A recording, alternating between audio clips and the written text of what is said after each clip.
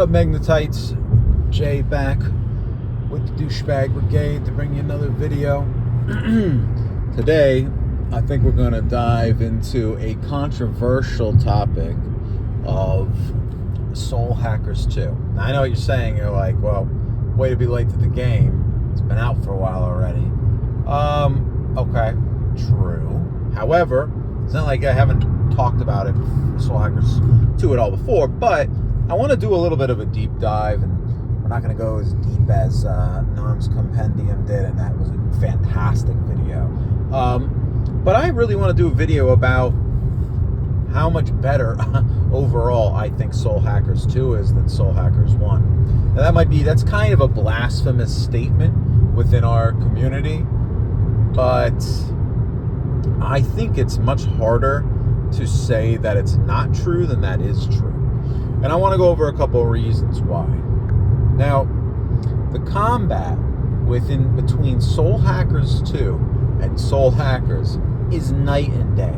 Soul Hackers gives you the Shin Megami Tensei 1 and 2 approach to combat, which can be grating, yet they added a couple of things that make it worse.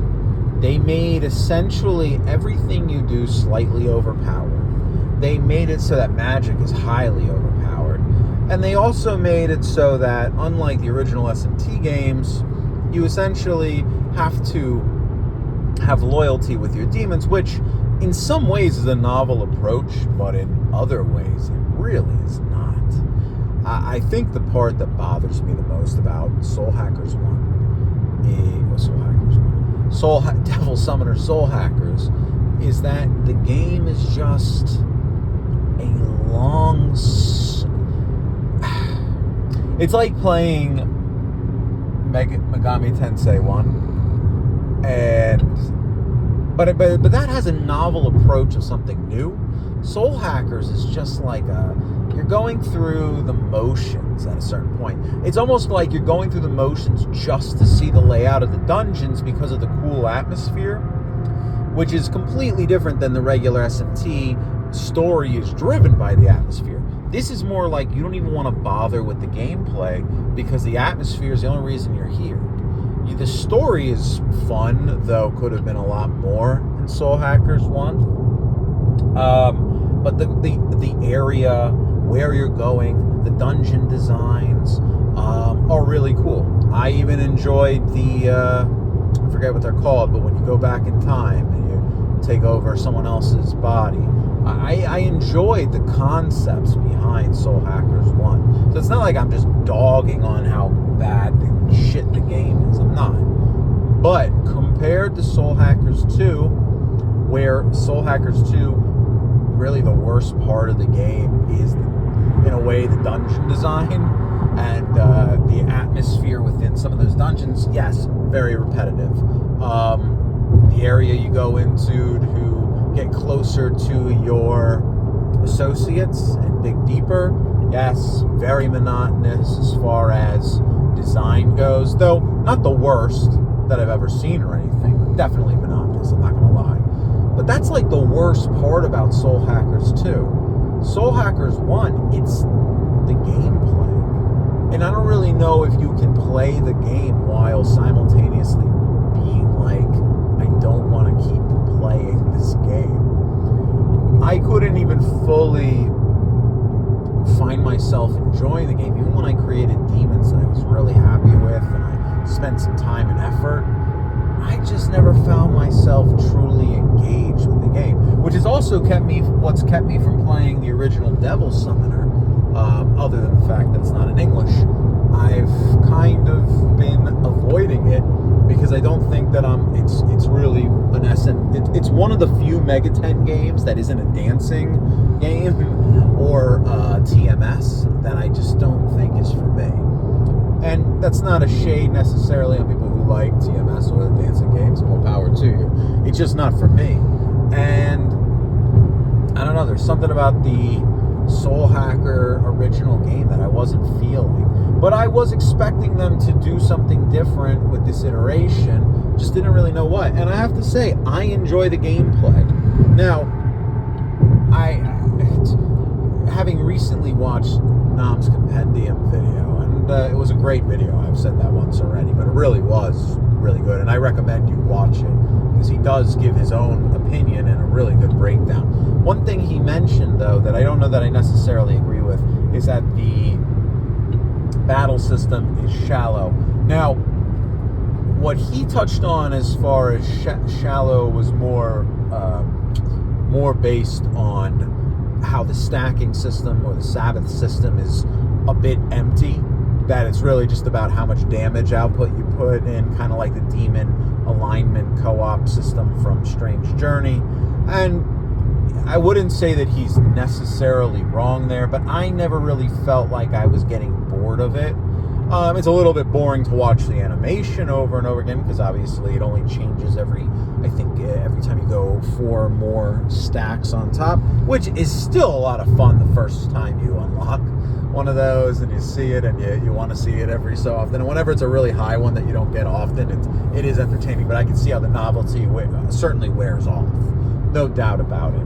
But that's why you can skip it, fortunately. So it's not always going to be annoying, and you have some skills that are from within it, but it's kind of random. But I enjoyed that aspect. Where I would say the gameplay is a little bit grating, and he didn't mention, and it's not really the gameplay itself, it's the fact that the demons do not have a stack system, which in retrospect of the way that just sounded, would it make sense anyway? Why would the demons themselves be able to summon other demons to do a stack? I get that part, but it feels like if you were to have a weakness, one thing that's awesome about SMT and even Persona is that the opponent has the ability to go after your weakness, which when the opponent can do what the player does to some extent, it makes the game a lot more fun. So I have to say that I am definitely not a fan of the idea of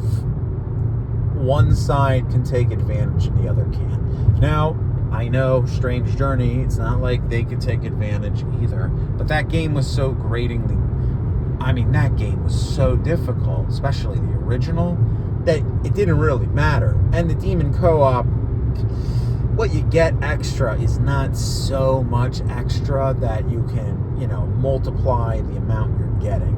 I mean, it's basically you have a max cap and that's it. So I don't know that I can really put that even in the same vein. But what I would say is that my complaint is more about not having an even playing field with your opponents. That I'm a little bit more, and I don't really see too many ways that in Soul Hackers 2 they get to have an even playing field. So when it comes to that I could, I can understand. Moving forward though, outside of the gameplay, Soul Hackers 2 has a competent story. I wouldn't say it's the greatest story. I wouldn't say it's amazing or anything, but I don't really know that Soul Hackers 1 actually ever really got to where I would say the story was great. Soul Hackers 1 had this issue of having all this potential with different members of the spooky detective agency and everything that really felt like it was going to go somewhere and it never really hit those high points. A lot of characters ended up being one note, felt like we never really completed their stories. I felt like they dropped the ball in a lot of ways with a lot of those story arcs. And in here, I don't really feel the same way. I would say that maybe some of the motivations and the processes of the villains are a little bit shallow. But outside of that, I can't really say that the story is bad in any real way. And they kept the ambiance and the futuristic cyberpunk concept and in some ways evolved on it. So I'm not really sure in what ways a lot of people didn't like Soul Hackers 2, but I'm not really sure in what ways it's worse than Soul Hackers 1. If you didn't like Soul Hackers 1 or 2, I'm more obliged to accept that than I am for someone to say that 2 was worse than 1. Because I don't see in what way. I mean, graphically, obviously, they're not on the same page. You could say that maybe not having Kaneko's designs versus other artists maybe is a little bit worse. I would say that Soul Hackers has great music, the original game, and Soul Hackers 2 is a little bit hit or miss. There's some songs that are bangers. I think where the shopping area is, song's awesome, but then your dungeon crawling music that basically never changes. It's not that it's bad, it's literally the fact that it never changes. It's like the same song no matter what dungeon you go into.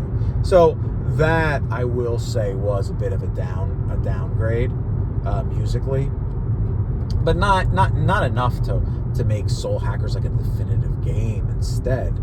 I mean, look, this is my opinion, and obviously, like I said, you should see Nam's video on saying Soul Hackers is